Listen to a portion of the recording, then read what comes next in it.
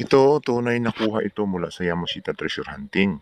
Natuklasan ng isa po sa ating ka-treasure hunter ang posibleng mababaw na deposito ng Yamashita Treasure. Ganito ang nakuhanan ng gold bars, mga gold coins na nakuha po mula sa Laguna, no? Yung isa sa ating ka-treasure hunter na nakahukay na kung saan hindi na mahagi, ganito, napakababaw lang, pagapang na tunnel. At natuklasan nga nila yung parang may guhit, no, na ganito, parang may layer na nakaipit sa parang semento na parang bato na hindi mo maintindihan.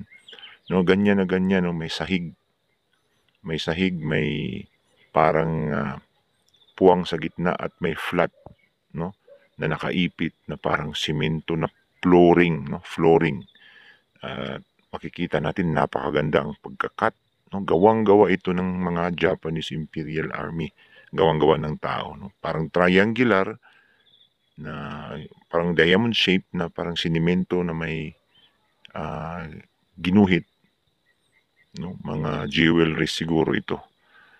Na sa dulo may makikita tayong parang space, no? Posibleng butas na 'yan ng kinaroroonan ng items, no? Maaring mga jewelries ito kasi formang parang diamond shape yung pagkaguhit at yung flat na parang diamond shapes na ang pagkagawa. Yan, no, nakikita nyo yan? Yan yung space na sinasabi ko. Ganyan na ganyan yung nakuhanan ng Yamashita Treasure sa Laguna. No? Ano sa tingin nyo?